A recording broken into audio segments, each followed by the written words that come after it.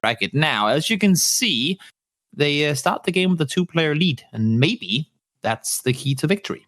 Just make sure the other team doesn't connect to the server. Yeah, I mean, if you could make a way to get all 32 not connect, then it's just a free map. maybe they've got a new strategy that they're testing for this map. But maybe remakes would come in then. I don't know. Maybe like one really underrated change to this map for me is that area around Abbey, right? Because there was a massive, almost like a mountain there, right? Yeah, and if you had control of that, you could pretty much stop a team from rotating just at all. And the fact that that's been changed, and the fact that it's no longer strong, means I think fights around there are going to be a lot of fun. But talking of fights, Dinoland's a bit of a cluster right now, as it seems to be the Pachinki/Impala of our last two maps. And also, it's literally dead center in the circle, so makes sense. People go on the hills around. Now, I kind of feel like the hills are more important. Sikora finds She Created on the bridge, and once again, She Created was the first one to go down in the gas station last game too. Gotta be a feels bad man. He just never gets to play. Maybe he's trying to eat his dinner. He's standing the game ready, get his food down. But you'd think he'd have been able to eat at the time of the last match, so. Maybe it's on dessert this time. Oh, yeah. I'm curious, do you think Dinoland's a position you want to control in this? Because I'm on the fence, really. I feel like it works a lot like LSH did last game. You don't necessarily want to be in there, but you do want to control the surrounding area. So if you can spread out around and take control, that makes sense. But then again, we've seen teams try to do similar strats, and Finland haven't. I mean, the game in general. And I think if you do want to control an area like Dinoland, you need to stay in those really compact units. Well, as we've said before, they have great success in this type of tournament, and it's not like they've ever really changed their strategy. I think they have one of those, well, if it ain't broke, don't fix it, and they're stuck to the same strategy and just kind of perfected it over the last couple of seasons. And you just see now that those individual Finnish players are just getting picked off. You know, the kill feed. Yes, we had that 2-man advantage, but it's 4-2 in terms of kills this game already towards Turkey, and pretty much all of the kills that Turkey have actually got have been in Dinos. So you hear the train driving off, and once more, there's no one there. Now there are. I mean, the Turkish players have started to make their way down towards the train station. Are they waiting for the train to come back? I hope not, because it's going to be a while. But again, I can't help but keep on saying that I truly... Yes, they played the map.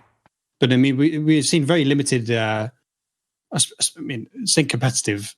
When it's, this is obviously very different to competitive. But are we going to have a Dinoland ending? Hello?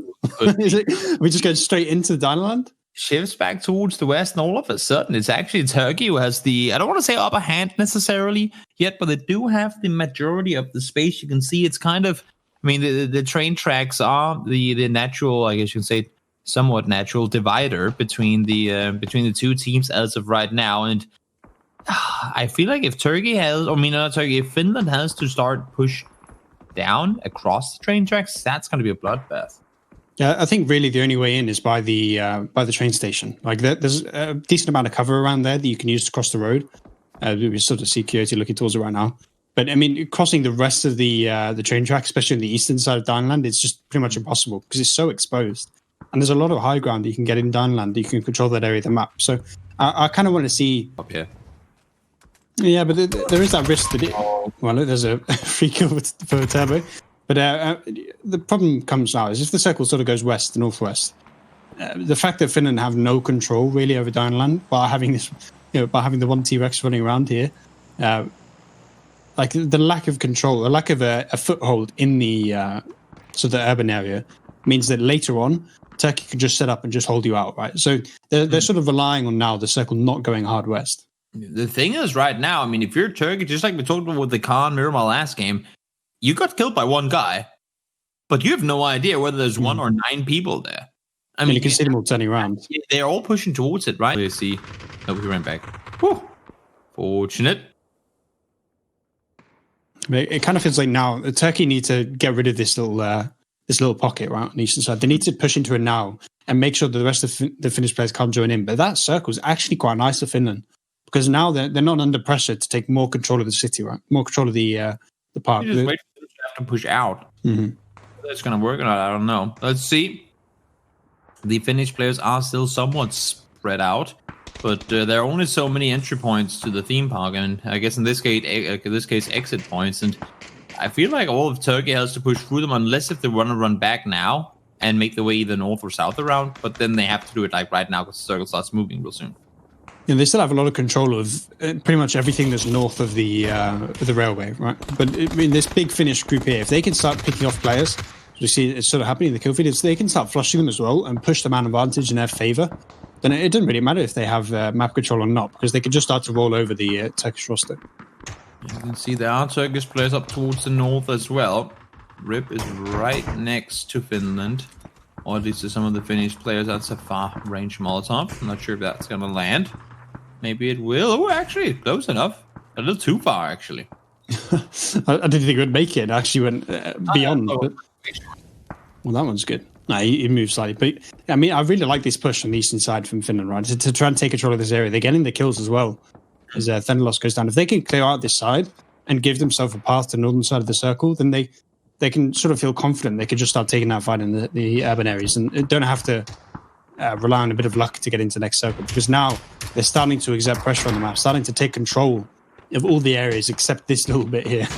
I like Rip's position, trying to maybe become a nuisance to do and how they can play it in terms of trying to aggress. BSD finds 2. Nice shooting. The kills, I should say, are still in favor of Finland, but there are a lot of knocks coming, and you can see how they're using the train tracks here. They're like the roller coaster tracks. I think that's pretty creative.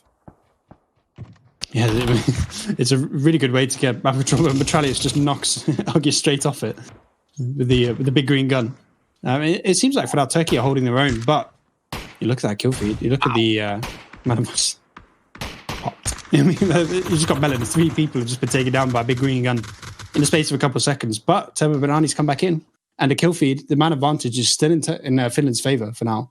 See, next circle, this could be the deciding one. Where does it go? It goes out of the park. So now, I feel like I want to see all of Turkey just sent it to the northern exit. Just right down here, because it seems like it's working out. But they're still limited in terms of how do they get out if they stay down on the south side. Yeah, I think maybe the opportunity here is for them to take that gunfight, right? I mean, if Rip and I can get a bunch of players down here, it'd be massive. But realistically, he's going to go down. You know, maybe one more kill at most, but he's getting shot from range. But if we sort of take that western side, right, where the main fight is happening, if Turkey can clear that out and push the man advantage back in their favor, it doesn't necessarily matter if they don't have map control, because they can just outtrade their way to the win. And this fight here, I think, is crucial to whoever wins this game. And for now, it looks like it's going all in Turkey's favor. Yeah, I mean, Finland had a pretty decent numbers advantage a little earlier, but that's gone back, and now they're actually behind. Look at this. Turkey are doing a great job, despite the fact that they're kind of cornered in the position they're in. They have 15 kills now. Wow, that turned around really quickly. And what was the 3 or 4 man advantage for Finland? It's just gone and just flipped in a matter of seconds. Just all of a sudden, Turkey in the ascendancy.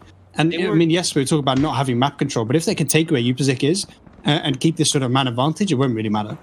They were 27 to 22.